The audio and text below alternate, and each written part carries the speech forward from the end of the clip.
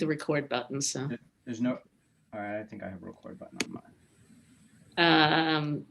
Now I see it. Record on the cloud. Yep. Okay. All right. Good luck. Thank you. Hi, Stu. Thank you so much, Stu. Good morning. Enjoy, everybody. Thanks a lot. Thanks a lot, Stu. Have a good day.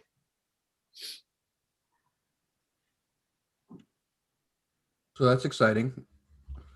So now if we went to YouTube. Yeah. Oh, okay. So why don't we, it's not yet even 10 o'clock. So why don't we wait a few minutes and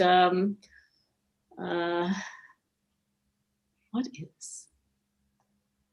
Should have Yes. chat See that? access if you'd like to say hello to each other on the You chat. missed it. Yes. Hi, Marge.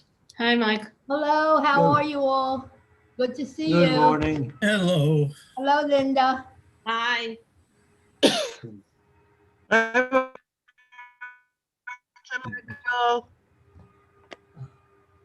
Hello. Hi. Hello, Michael. Hi, Michael. Hello. How you doing, Okay. Bob? Hi, everybody. It's a good Hello, night. everyone. Mike and Marge. Yeah, Hi, Martha. hello. Good morning. Marge. Hi, Mike. Hello. Michael, Marge. How you doing, Mayor? Yeah, how are you? I'm doing pretty well. That's good. Hanging in there, you know? We're virtually hugging you, Yeah. you know, Yes, Right. you know that. All of us, right? virtually hugging you Thank Can't you, wait thank till you. we can really hug you, Mayor. gently. We miss our gently. hugs. Exactly, exactly. Me too, Definitely. me too.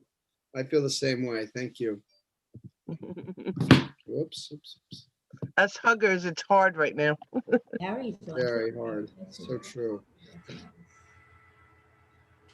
Wow, it's gonna go up to 57. Mayor, do you mind if we share the news with maybe just one other very important person? Maybe Can I we can tell- talk about this later or offline. Right.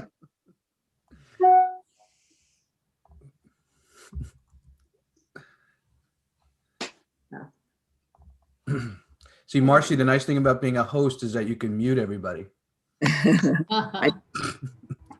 The power, Marcy, the power. She's been doing that for me for many years. I've been attempting, but it's been unsuccessful.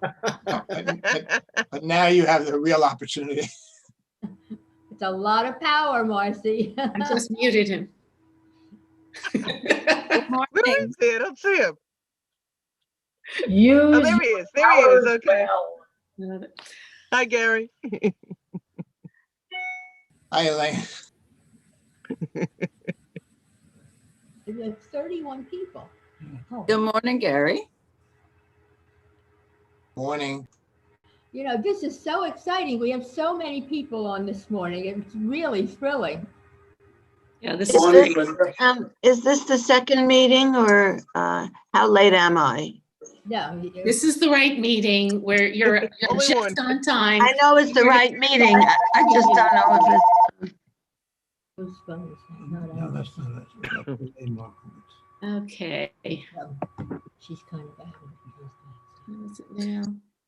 Okay, let's wait another couple of minutes. And then we'll start.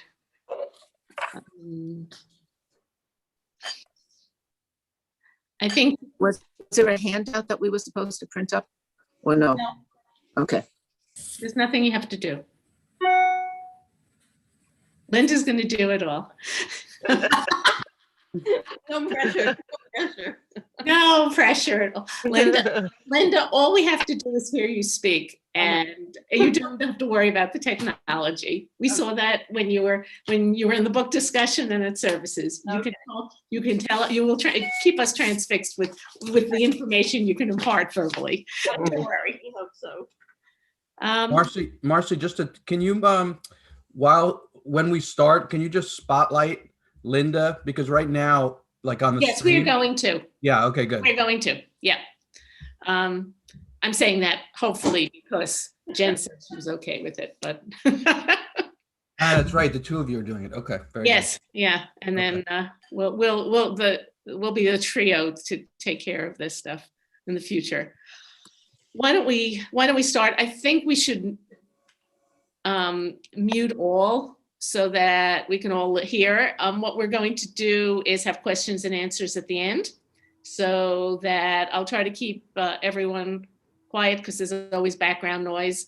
And Rabbi Meir is going to just say a few words of welcome, and then we're going to go into our discussion. And apologies in advance for any technical problems. They are my fault, and they are despite the best efforts of an amazing staff at Temple, who has been, just really being amazing, just great in helping us. So I'm going to mute everybody. Allow. Okay. Mute all. Is that right? Mute all. Okay. And I'm just looking for Rabbi. I'm here. I'm here, Marcy. I just muted myself. Okay, great. So perhaps you could say a few words of welcome. Sure. It's a privilege to, and I'm happy to. I want to start just by thanking you, Marcy, and your committee, your little, the group of folks, you and Sharon and Marge and Dorothy, Jen, Matt. You guys are all doing multiple things. So but this effort of launching our adult learning around the Torah has been so central and pivotal, and I'm really grateful to you for your leadership and your collaboration with the team, as it were. So thank you a ton. I also have the experience all the time of feeling anxious. Being the manager of the Zoom is I missed that class in rabbinical school. You probably missed that class in what is it? City, not plan. What planning? What's it called? Planning. Urban planning. Urban planning. That was the word I was looking for. Anyway, I want to thank you, Linda, for your really extraordinary work on. It's put so many hundreds of hours into studying, examining our Torah, and on top of or included, as part of all that work of yours, the consulting you've done with so many experts. And you really, it's because of you and our collaboration with you, our trust in okay, we're in good hands because of you, Linda, that we've gotten as far as we've gotten. And on a personal level, I just have come to really trust and appreciate, respect your expertise and your friendship. And so I am really grateful to you for all of that. We, this past Shabbat was Parsha Vayikra, which starts with this word Vayikra, the last letter, the little aleph at the, at the end of that first word of the Parsha just points to both like a humility and a real greatness, the combination. That's what Moses represents, a humility and striving to be and really being great in a range of ways. And I feel like it's a very meaningful way of thinking about you and your work. There's a lot of humility and a lot of expertise and devotion to Torah, to Judaism, to every pasuk and every letter and every. I learned and taught about the Aleph, Linda, that the Aleph is constructed, you know this, but I really the Aleph is constructed of three letters. The one letter is three letters, a Yud, and a Vav, and your expertise and love of the finest details are what make you such a special person. One of the qualities that makes you such a special person. So thank you so much. That's a long-winded thank you. I don't have a bio for you, but no, I'll go through that. Oh, good. Okay, good. No. Good, Marcy. So thank you. Thank you so much, Rabbi. Thank you for your leadership in this. It's a really great and exciting project, and about a very mysterious and beautiful and ancient object of great value, spiritual value. I'm going to sort of start now with an introduction for the few people who maybe don't.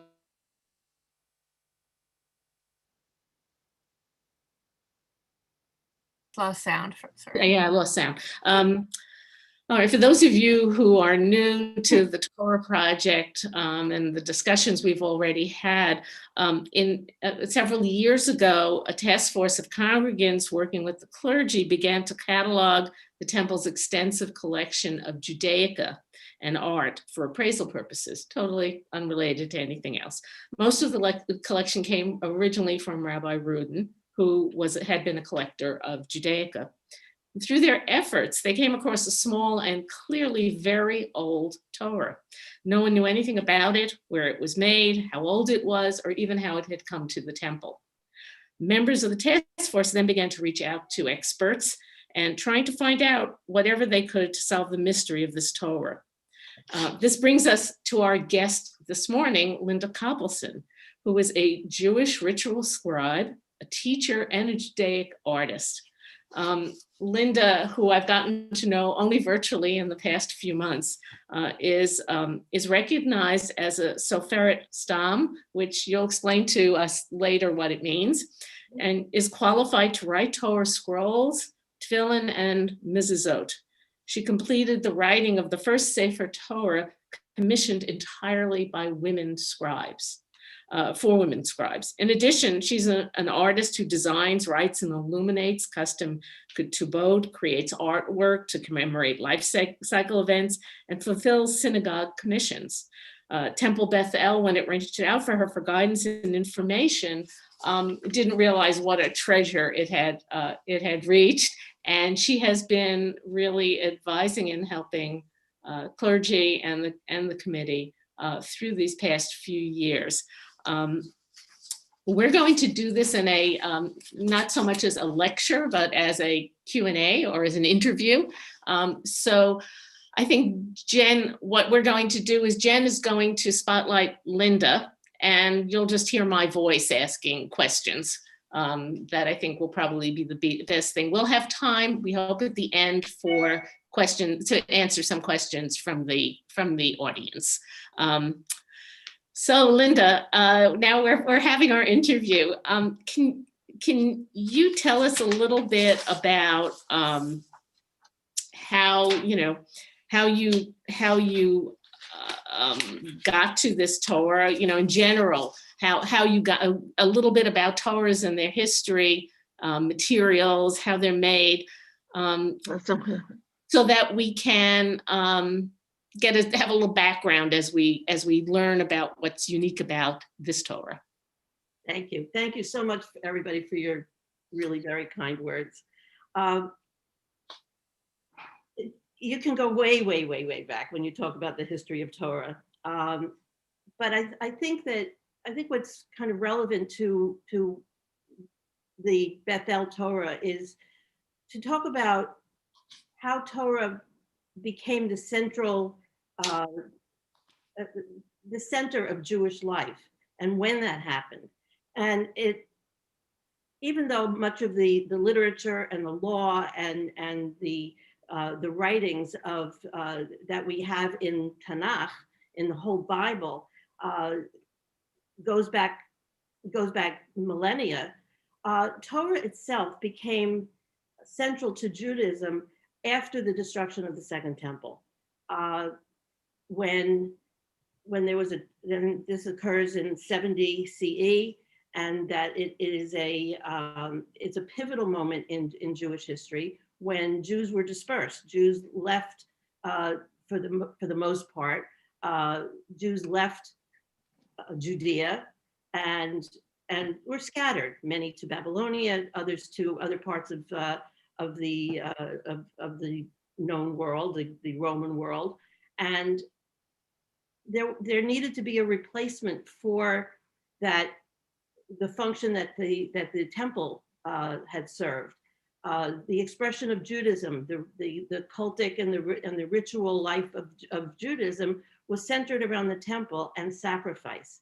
And since there was no longer a temple, there needed to be something to replace that in order to have a some centralizing feature of for Jewish life, and that became Torah. The earliest Torah scrolls were probably did not look the way Torah scrolls look today. Torah scrolls are the 5 books of Moses, Bereshit, Shemot, Vayikra, Bamidbar, Devarim, and these 5 books are written and attached on one scroll held on 2 Atzei Chaim, 2 rollers. Initially, these books were probably in separate scrolls. They were usually kept in either some sort of a box designed for that purpose, laid flat horizontally and taken out when needed. Eventually, the storage place for Torah scrolls sort of developed from sort of these portable boxes to a niche in the wall of a synagogue to a curtained ark. And these changes of the way we store Torah scrolls changed gradually over the years and changed in various places. Today, there are still synagogues in places as far-flung as Bukhara where they still keep their Torahs in an open niche in the synagogues.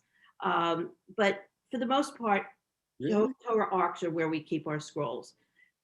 Eventually, it was the scrolls of the Torah were sewn together, and the tradition developed to hold them to roll them onto 2 Atzei Chaim, 2 scrolls. 2 rollers.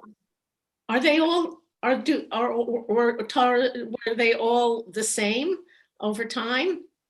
Over time, yes. The short answer is yes. There are, I believe, in terms of differences between scrolls, there are, I think, 6 letter differences between the scrolls that between most scrolls, and there are a couple of differences in Yemenite scrolls, but those differences are so minute, so minor, that it's truly miraculous that there's so much consistency, and that's really a tribute to the care that scribes have taken over the centuries to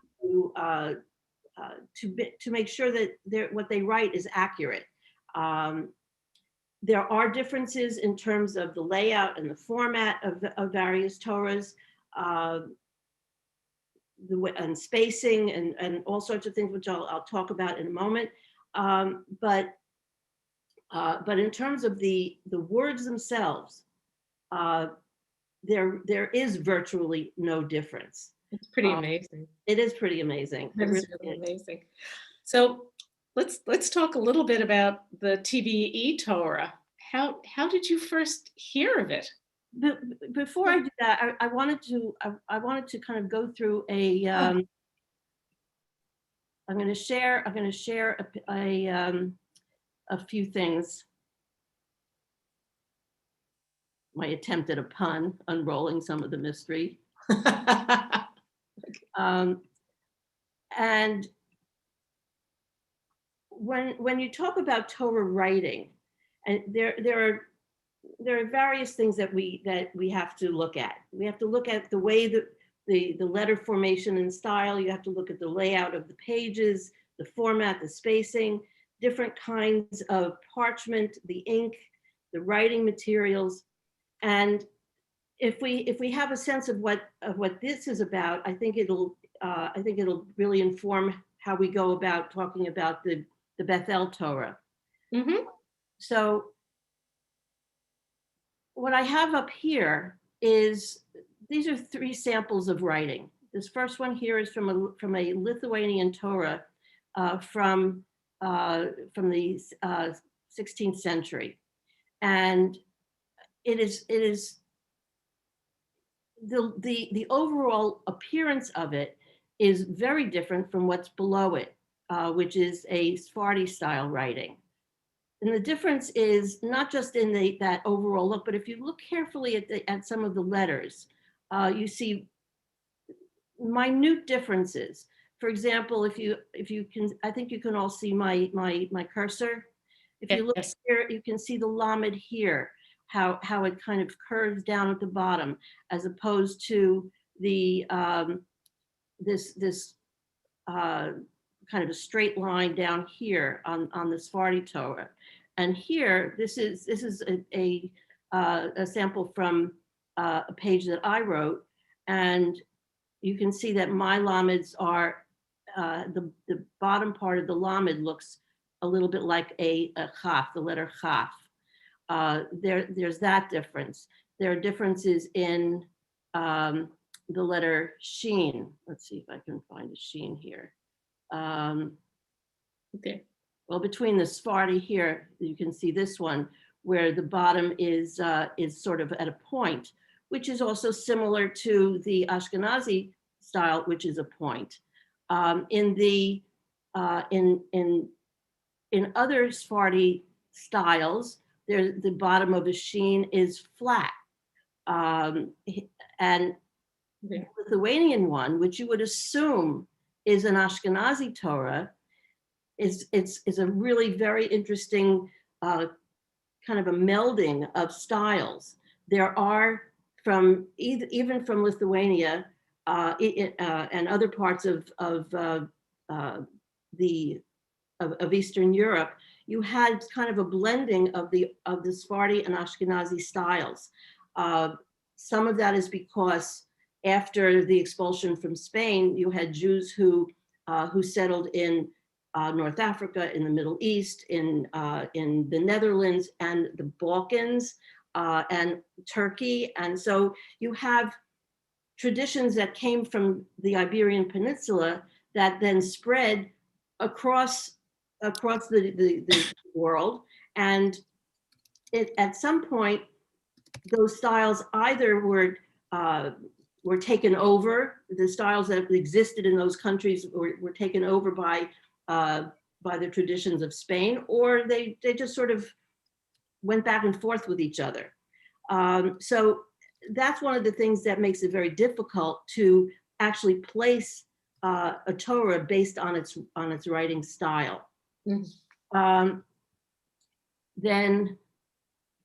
So this is a page from the Bethel Torah, and you can see that it looks very different from what you saw on the previous page. You can see here the top of the lameds don't look a little bit less like a vav than they did in the other ones. It's more of a straight line, although you do see that little serif that's at the top of the lamed. The bottom is like is the Sephardi bottom. The sheens are, in some places they're rather flat. In some places they have a little bit more of a point. So there's a little bit less consistency in this alphabet than there is in some other writing. But there are other things that definitely place this in not only in the North African realm, but also reveals a lot about its age. So here's an example of something that is really a no-no in today's writing, whether you're writing in a Sephardi or an Ashkenazi style. You see at the end of this letter, the word is haknani, the nun and the yud. The nun is extended, and the yud is, in a sense, kind of encroaches on the space of the nun. This is in today's writing, every letter has to have its own space. No letter can encroach upon the space of another letter.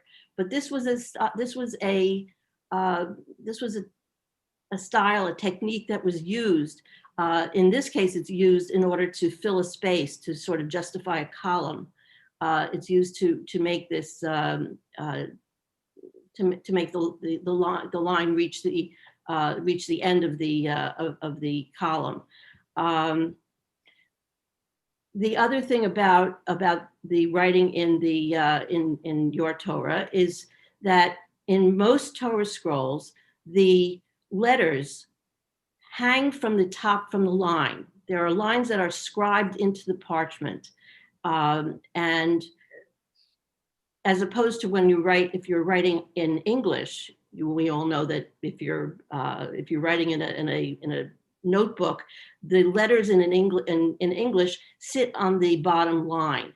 In Hebrew, in Torah, the letters hang from the top line. In this Torah, however, the letters are really between the lines, and I had not seen that before, but I do believe that that this is probably a kind of a quirk of this particular scribe, because I haven't seen this in other scrolls where he didn't hang the letters from the line, but rather wrote between the lines. Okay. I don't know why this looks like this. Oh, there we go. Okay. In terms of the layout, the format, and the spacing, this is an area that is it's frustrating in some ways, but it's really quite amazing. This is a copy of, this is a page that I wrote of Shirat Hayam, the Song of the Sea, that appears in Exodus. And if you see the bottom two lines, the entire poem is written in what we call kind of a brick over brick pattern. And I suppose it's supposed to, in some ways, it's supposed to symbolize the description of the water of the sea as the Israelites went through, either to symbolize the description that said that the water appeared as walls on either side of the Israelites as they walked through on dry land. And so here you have the bricks of the wall, or that this kind of 3-column layout indicates here are walls on either side and the Israelites are walking through. Now, in this layout, which is not as old as the layout in some ancient scrolls, the last two lines are written in this pattern in modern Torahs, and the first, it's not in this picture, but if in the first word in this layout is Hayam, and it says Hayam, and then it says U'bnei Yisrael halchu b'yavasha b'toch, and the last word is Hayam. So it's, the middle part means that the Israelites walked on dry land in the midst of, so you had the sea on one side, the sea on the other side, and the Israelites walking through in the midst of the sea. In older versions of this layout, the last two lines are written almost like the same, like prose, just straight lines. And that at some point, the tradition changed. And I think I have this, I don't know if you can see it very well, but in your Torah, you do have that same what became a much more common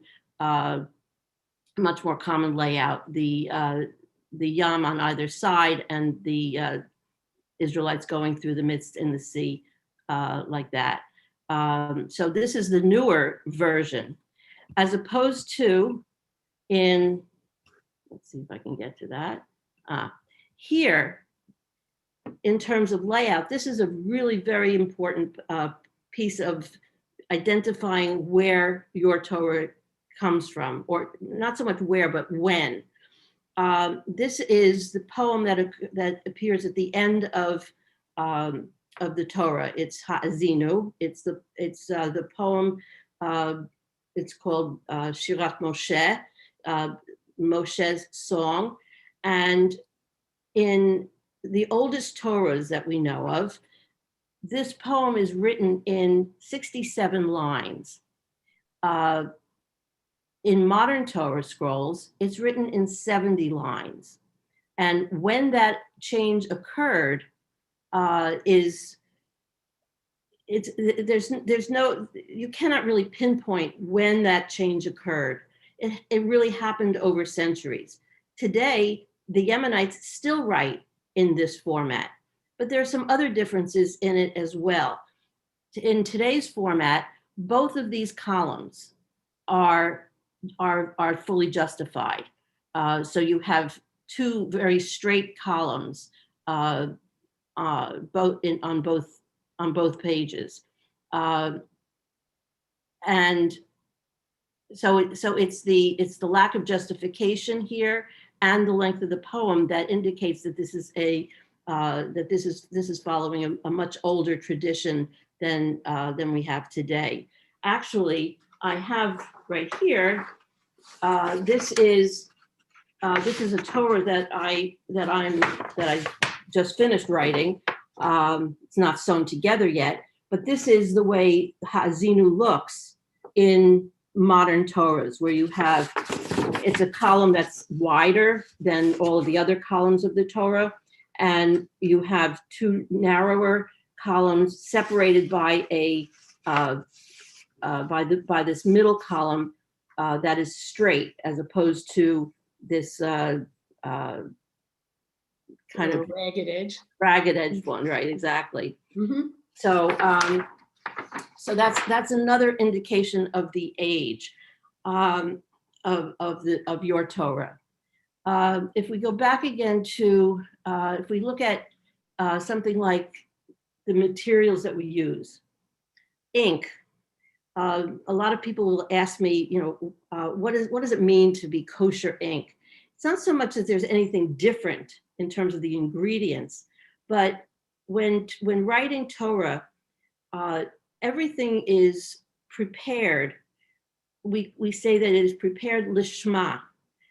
In other words, for its precise purpose.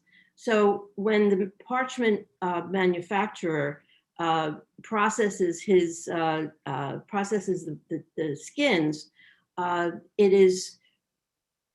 it is made specifically for the purpose of either Torah or tefillin or mezuzah. And there's kind of a hierarchy of kedusha, of what is the most holy of the things that we do. And Torah has pride of place in the highest of the hierarchy, so that one does not write, say, a mezuzah on the same parchment that you would write a Sefer Torah. And the same goes for the other things that we use.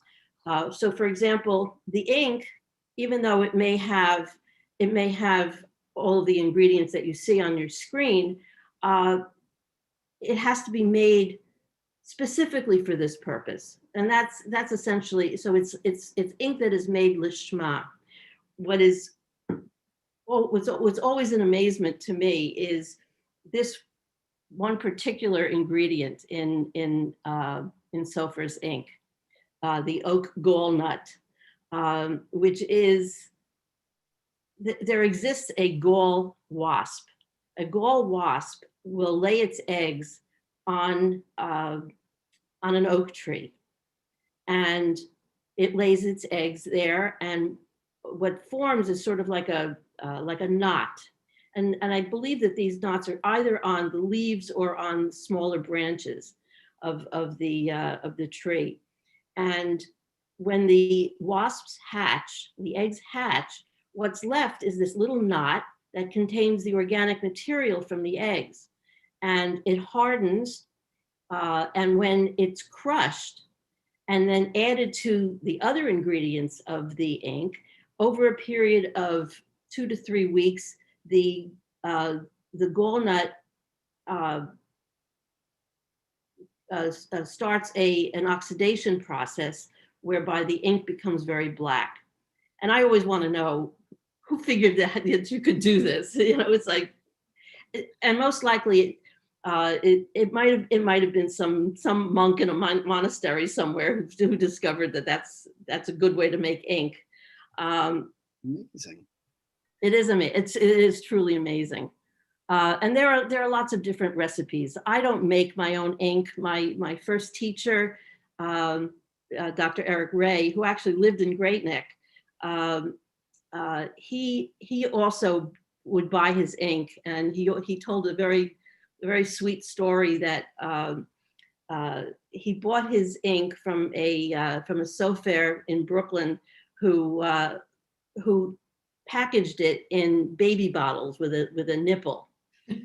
And he said that it always kind of tickled him to think of it as, here's the ink in the baby bottle, and that it's how a baby bottle feeds a baby, and how the ink is feeding us the words of Torah. So the ink is really a very special recipe. I have also, let's see, what else did I wanted to show you? Oh, I had some other examples of some old Torahs. Up here in the upper right is the writing that was prevalent in the Dead Sea Scrolls. And I mean, you can see it's really recognizable. You can recognize every letter. It's readable, and it's not a whole lot different than what we write today. You can see there might be, say, here's a nun that's a little, that's not a nun. You can see that the lamed is a little shorter. You can see that there's some minor differences, but the aleph may look slightly different because the bottom part of it is cut off a little bit. But in general, this is recognizable as Hebrew as we know it. What's important about this particular one here on the left, this is, let's see, this is from the 15th century from Germany. And one of the things that we see both in this Torah and in your Torah is that the spacing is very different than what we have, the layout is different than what we have today. You can see here that there are skipped lines here. In today's Torah, there are no skipped lines. And that's because that's the difference between the what we call open and closed paragraphs. And this might be a little bit technical, but it's important because it really gives us an insight into how these traditions changed. One thing that you can see about this on this Torah is that the margins there is an attempt to justify the margins, although he wasn't quite so careful, the scribe was not quite so careful here. In earlier Torahs, there's not so much attention paid to the margin justification. You can see he's a little bit careless here, where this line here is a little shorter than the ones right above it.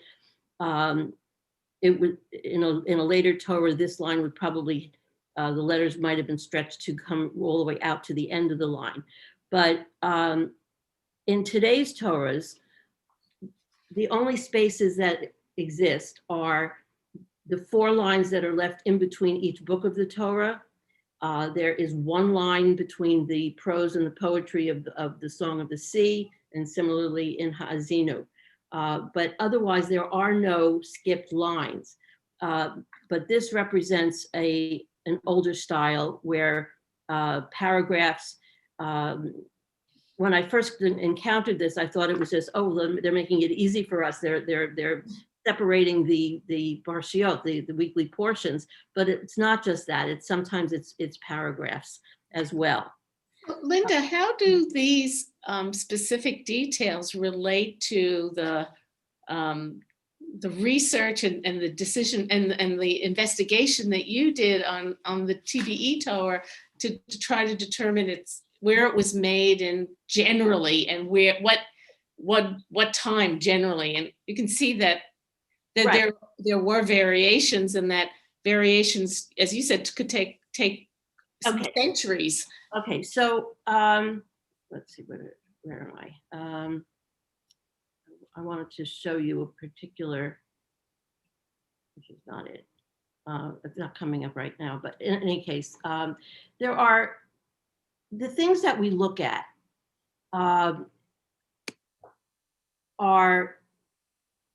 we look at the writing, we look at the parchment, we look at the rollers, and we look at any other accoutrements like the mantle. So in terms of the writing of this Torah, it's very hard to determine whether or not it actually was from Spain or whether it was from North Africa. I spoke to a sofer in London just last week who cautioned me that I shouldn't necessarily rule out whether or not it's of Spanish origin. But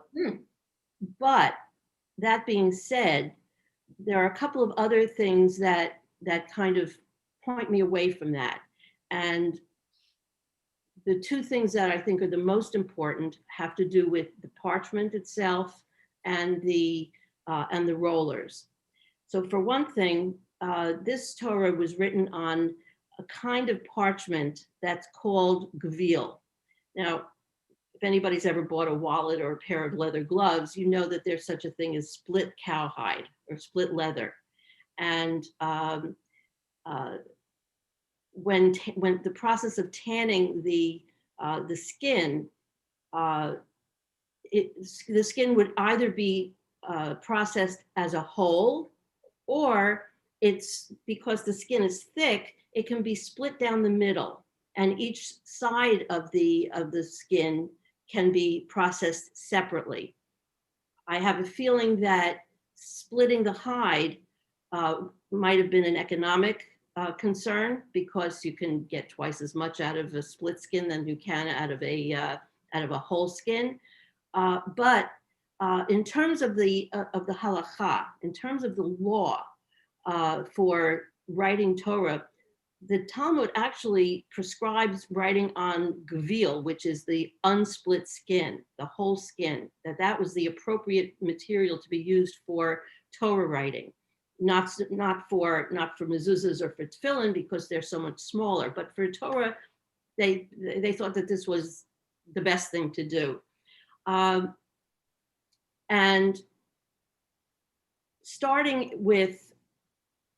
in the early Middle Ages, that seemed to change. Not so much in the Middle East and in North Africa, but in Europe, including Spain. And what changed had to do with in Christian lands, there were professional guilds, and Jews could not be part of those guilds because they required oaths to faith in Christianity. So Jews were not allowed to be leather tanners and parchment processors. So what they had to do in order to get material to write Torahs on is to buy partially processed skins from their Christian neighbors and finish it themselves. So they started to use split skins, and they started to use, and the split skins were called klaf, which is the word that we use, kind of a general word for parchment today. And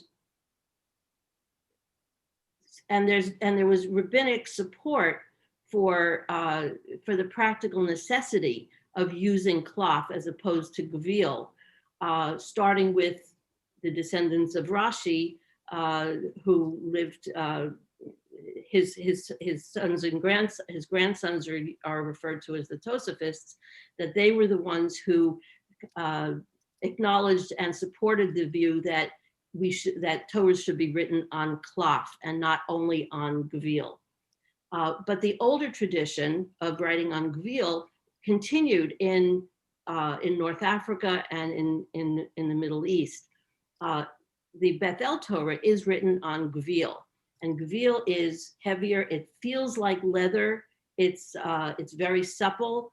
Some of the pages in your Torah are really very thick. Some of them are much more delicate. But that first of all, the idea that it's written on gevil points to a North African origin for it, in addition to the fact that the color of the parchment, it was pointed out to me by Michael Magen from the Israel Museum, who, those of you who heard the discussion of the Aleppo Codex last week, realized that Michael Magen was involved in the Aleppo Codex. In any case, I had spoken to him, and he said that because of the color of the parchment of the gevil on your Torah, he thinks that its origin is North African as opposed to Spanish. Mm-hmm. And rather than the deerskin that it was thought to be written on, he thinks that it was written on goat skin, which seems to make a little bit more sense to me. I would think that goats were much more prevalent than deer in North Africa. In contrast, what sort? Just a quick question. What sort of parchment do you use now, and what's common in Europe itself, not as opposed to North Africa? Cow skin. Actually, most of the cow skin that I buy now, I buy it from Israel, but a lot of it comes from Argentina or Uruguay. That makes sense. Yeah. So here I have these are a couple of close-up images of cloth, and what's really remarkable, actually, you can see it better in this photo. This is a picture of cloth. It's held up against, I held it up against the window, and you can actually see the backbone of the animal. Yes.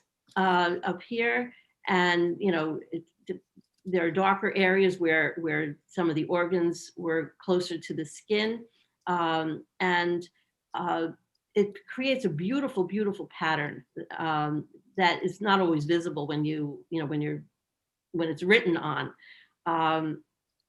But this is cow skin, and most Torah scrolls are written on cow skin today. It takes fewer cows than sheep or goats to write. And certainly at the time, for a very old Torah, a goat skin is not unusual, but right. it is indicative of the geographic area generally in which it came from. Yes. At the same time in Europe, they were not using goat skin. I don't know for sure, but the animals that can be used for making parchment, you can make parchment from any kosher animal. So that would be goat, sheep, cow,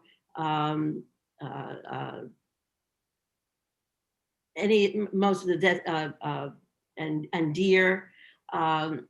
And you do not have to slaughter the animal according to halakha. It doesn't have to be shechted because, well, first of all, it enlarges the pool where you can. Wouldn't it be possible to purchase parchment from a Christian guild member? Well, yes, exactly. So they didn't. So it was, but even before that, it was. You could use use something, an animal that had died of itself, Mhm. of old age. But what I always think is really remarkable is that you could write a Torah, or you could write something on the skin of a giraffe, because a giraffe is a kosher animal. That's pretty But funny. it has a split hoof. So, So, what did you think the first time you saw the temple Bethel Torah? What was your reaction? well, for one thing, the Bethel Torah is really small. It's 12 inches tall, slightly under 12 inches tall, Mhm. in itself. And I was blown away by not just the size, but but that the writing was so clear. Not Mhm. throughout. I mean, there are many pages in the Torah where the ink has degraded, and some of it has become illegible. But there are really a large number of columns where the writing is just so vivid, and even though the parchment is dark, this dark brown color, the black of the ink is still really very sharp. And to think that it's lasted this many hundreds of years is truly remarkable.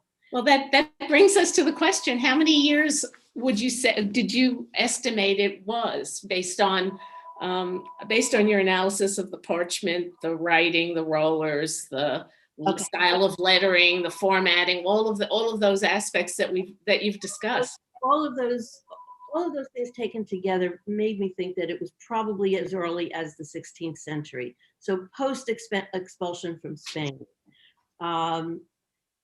And I think that based on the fact that, for example, Ha'azinu is that older format, that it kind of tends to the earlier period as opposed to even, say, the 17th or 18th century. I do think it's as old as the 16th century. When carbon-14 dating is completed, I may be shown to be wrong, but I really feel strongly that it is that old. 16th centuries, that's a long time ago. A long time ago. The 1500s. Yeah, I mean, the other thing that tended to convince me that this is from North Africa and not from Spain was the fact that the rollers that this Torah is on, you can see that this is the top of the rollers, and it's a very long spindle. This is the bottom that's very ornately carved. This is bone. The top is very plain. The top is very plain, and the fact that it has this long plain spindle indicates that this was probably kept in a teak. The teak was is a hard, either wooden or metal covered wooden case. Sometimes it was round, sometimes it was kind of a prism shape, in which Torahs were kept. And that's sort of a leftover from the time when scrolls were all kept in something hard to protect it. When keeping scrolls in a covered ark, a closed ark, when that became more popular, communities did not. They did away with these hard teak cases, and used a cloth mantle. What's a little confusing about the Bethel Torah is that not only does it have the rollers that show that it would have been in a teak, but it also has a cloth mantle. And I don't think that the cloth mantle is anywhere close to as old as the Torah itself. It's probably from what Rabbi Meir was saying, that is probably 19th century or so. I think I'm right about that. But But for sure, these rollers were designed to be used in a teak. You wouldn't see in a modern Torah, in a Torah that's not kept in a teak, you would not see the ornate lower handles. Usually it's the top, the finials at the top that are much more ornate in newer Torahs. And the use of a teak was not prevalent in Spain. It was, though, in North Africa. So the writing, the rollers, the parchment, those were the elements that led me to believe that this was that this was a North African Torah from the 16th century. And was there any question about the rollers as originally always being part of the scroll? Well, if you look at, I'm not sure. I'm really not sure whether or not these are the original rollers, because there seems to be, if you look underneath at the very end of the Torah, if you look at that side of the Torah, you sort of see torn parchment attached to those rollers that you can see underneath where it's now sewn to the rollers. But it could be that the skin simply degraded and tore, and had to re-sew it. Sure. So, I get, you can come up with a variety of scenarios to determine, whether or not these really are original. I don't know the answer to that. Is this a Sephardi or an Ashkenazi Torah? It's definitely a Sephardi Torah. There's no question about that. Okay. Any other? I'd like to move on to just a few minutes of talking to you a little bit about being a scribe and how you got there, and then maybe opening up for a few minutes of questions from our listeners, our viewers. But is there anything just sort of that you want to say that would just sort of sum up what you see this Torah? It's a Sephardi Torah from possibly as early as the 16th century. Right. I think that, taking all of those things together, as I said, the various layout styles, the style of the writing, all the rollers, all of these things together. These are what kind of gave me the sense that it is this 16th century Torah. I think that when you look at this Torah is sort of like a snapshot, I think, of the scribal traditions. When you talk about, say, the difference between the layout of Ha'azinu and Shirat Hayam, it says that it's a snapshot of this North African, this tradition of the Maghreb, at the time when Shirat Hayam had kind of shifted to like the newer style, this 3-brick style, and that Ha'azinu's layout which was always kind of symmetrical, that continued to follow Maimonides' prescription, which was 67 lines as opposed to 70 lines. So you have things that would point to a newer age, and some things that point to an older age, but the changes didn't all happen at once. Right. When you talk about Maimonides, and we spoke about this when we were discussing the Aleppo Codex, and how Maimonides, who lived in the 12th century, very end of the 12th century, how he had used the Aleppo Codex as his template for defining how a Torah should be written. Where the line breaks were, where the paragraph breaks were. And you know, his goal was to codify, to standardize all Torah scrolls, because there were, you know, you had scribes all over the world copying from existing scrolls, and you know, there was this really justifiable fear that there would be that there would arise differences, not just in the text, but in just the way Torah looked. Right. And I think that was important to him. But because, you know, it was the Middle Ages, you know, we didn't have Zoom, and you couldn't see what other people were doing. And so it really literally took centuries for some of these changes to occur. The Jews of North Africa did follow more closely Maimonides' prescriptions. I mean, he was North African after all, or he did most of his work in Egypt.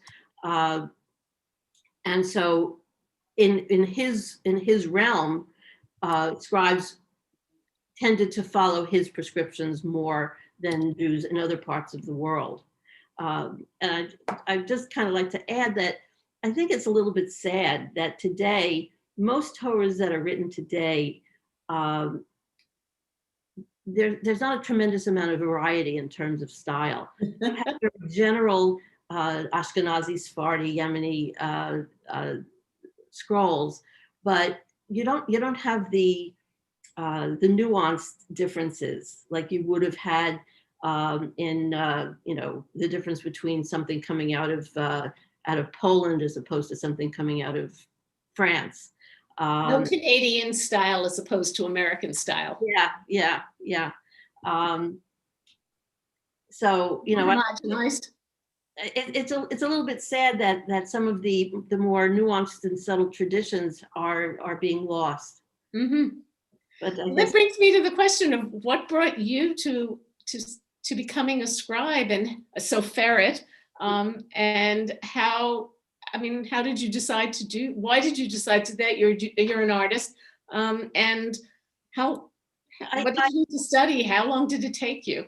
Well, when I started, the reason I started was that I had been a teacher for a long time, and I taught Tanakh and Jewish history, a little bit of rabbinics, and I also, at the same time, I sort of had developed this avocation of this hobby of Hebrew calligraphy, and so I had taught myself Hebrew calligraphy. I started after a time. I started writing ketubot for friends or family.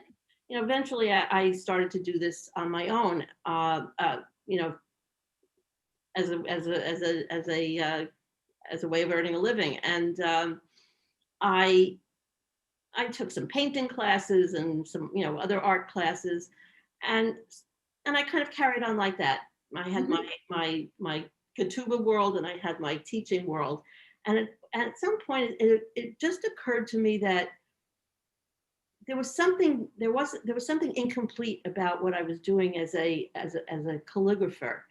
I felt like I wasn't doing as much as I could, and it occurred to me that I wanted to be a sopheret. I didn't know how to go about doing it, but I had run into a friend who suggested that I call my first teacher, who was Dr. Rabbi Eric Ray, who was not only was he a master calligrapher and a very learned man, but he was expert in dating Torahs. When I first met him, he had propped up on a chair in his dining room, he had a scroll that the Vatican had sent him to establish an age for. And I was like, oh my God, it's from the Vatican. But his reputation was such that it was said that he could tell within a 20-mile radius where Torah was written, and he knew the names of many of the famous scribes throughout the centuries, and so he was quite the expert in that field, which really kind of sparked my interest in that. But he taught me for a couple of years before he unfortunately passed away, and then later I formed a chavruta with another woman, Jen Taylor Friedman, who was actually the first woman, probably historically, the first woman to write a complete Sefer Torah, which she did for a congregation in St. Louis. I think that this was in the early 2000s, 2003, 4, 5, 6, in those years, where first I studied with Dr. Ray and then with Jen.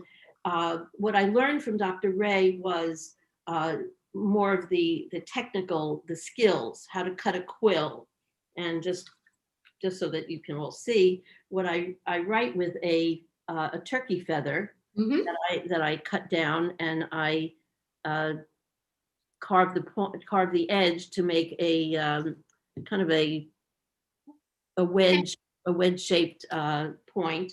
Quite a work of art in itself. This is probably the most important piece, because if I'm having a bad quill day, then all is lost. Right. If I don't get the right edge, then I don't get the angle. I don't get the sharp edges of the letters, the thick and the thin of the letters. Right. Linda, we have many people who've been sending in, writing in questions that they'd love to ask you. You've Sure. really sparked a lot of curiosity. Okay, we can. So I was wondering if I might ask you some questions. Sure. And then we'll get back to it, because we're already after 11. One person has noted that when she helped the photographer taking photographs of the Torah, it looked like it was folded at the seams at one point. And if you could briefly mention that, what you think I think you have a supposition as to what that represents. Yeah, well, the scroll is, let's see if I can show it on, yes. You see here, it's not just on the seams, but between every column there are folds. And I thought it could be one of two, for one of two reasons. My first inclination was to say that the way the scribe was writing, that he folded his paper so that only one column was exposed. And I've seen pictures of actually of Yemenite scribes who write on a very narrow, sort of like a board, a narrow table, and he just sort of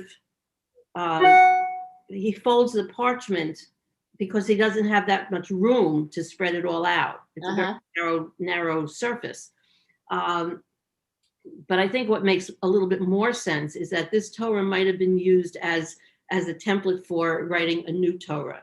And so that the scribe would have folded it along the line so he could hold it very close to his new page and be able to match it up that way and be able to copy more easily. That makes a lot of sense. Yeah. If Maimonides was using the Aleppo Codex as a template, and the Codex was complete until the 20th century in Aleppo, we've learned, how did the variations spread? How was this learning? How was this promulgated? It was spread through mobile. Jews were mobile. They lived from place to place. Which is, I guess, why it makes it so much harder to define a style as coming from only one location. Exactly. We can make educated guesses about those things, but you know, if you had, you know, if you had a scribe coming from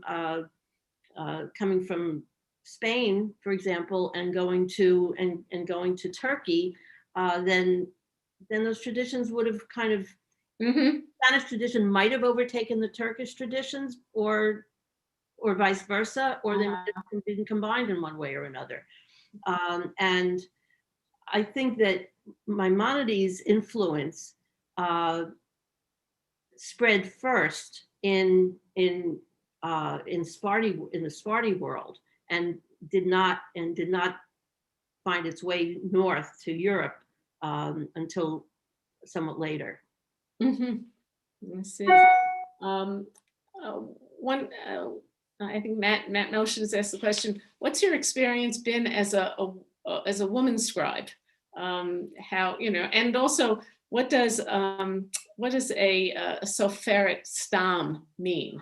Okay, well, Soferet Stam, or Sofer Stam, the Stam is a kind of like an abbreviation for Sefer Torah, Tefillin, and Mezuzah.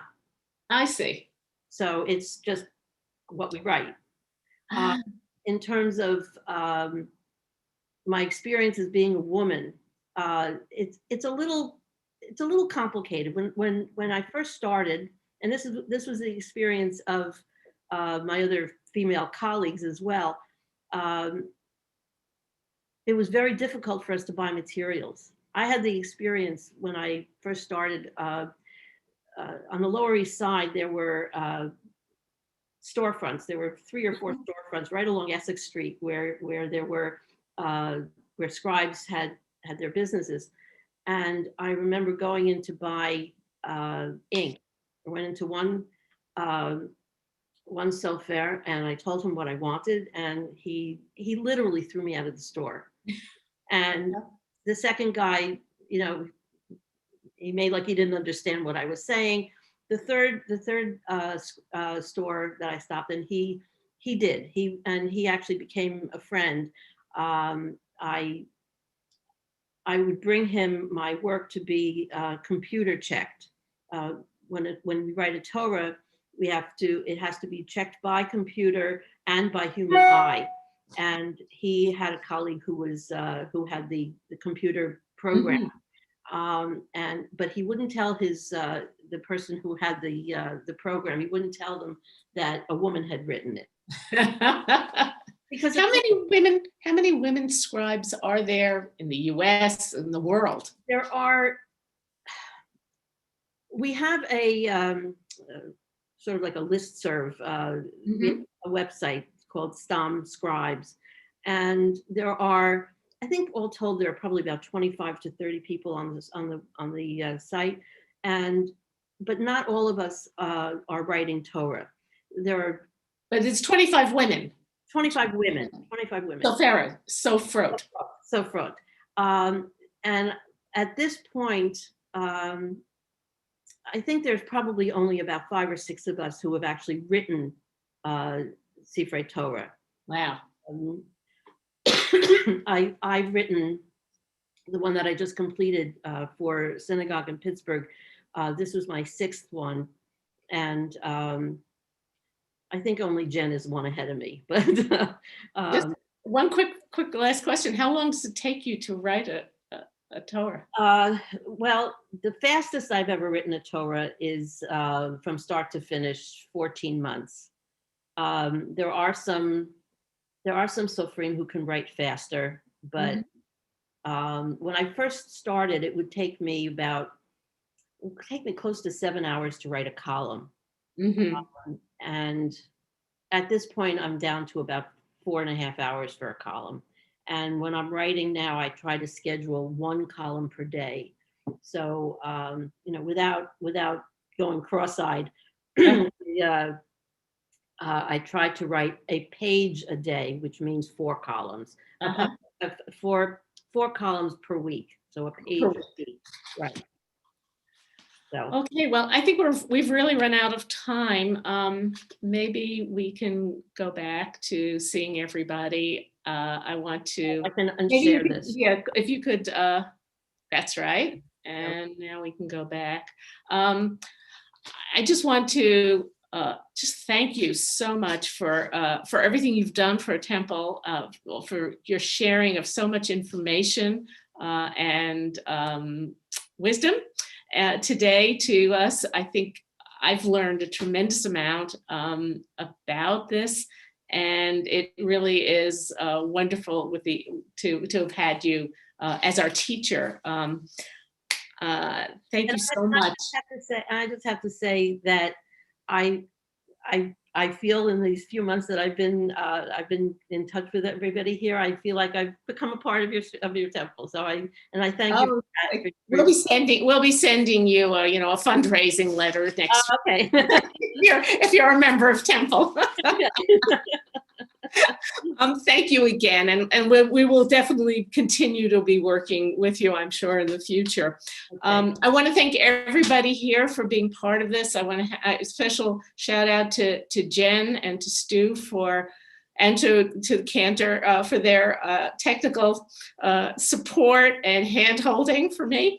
I want to point out that the next Torah Project event will be on Sunday, April 11th at 10 a.m. on Zoom, same place, same time. The Jewish historian and educator Peter Geffen will speak about the experiences of Jews in Morocco and over in history. And although we can't necessarily pinpoint precisely where in North Africa this came from, there's a real similarity among all the countries. And as we know, the Jews kept moving. So I think we're going to learn a lot from Peter Geffen next week. And then coming up after that will be the Cantor's Moroccan music class later in April. And we have additional events in May. So there's lots to learn. And I can't think of a better way to start this off than having had you, Linda, here with us. Thank you all very much. And have a very, very wonderful Passover, Zis and Pesach, and we will see everybody again next month. Thank you. Care. Thank you so much. That was wonderful. Super presentation. Thank you. Thank you. Thank you. Linda, Thank you so much. Bye-bye. can I ask you a question on the side, though? Just a quick one that's bugging me. Thank you. Why do you think Marcy. it's so small? Marcy? Yes. Marcy, you did a great job. Okay. I've just Renee and mine. stopped recording so that none of that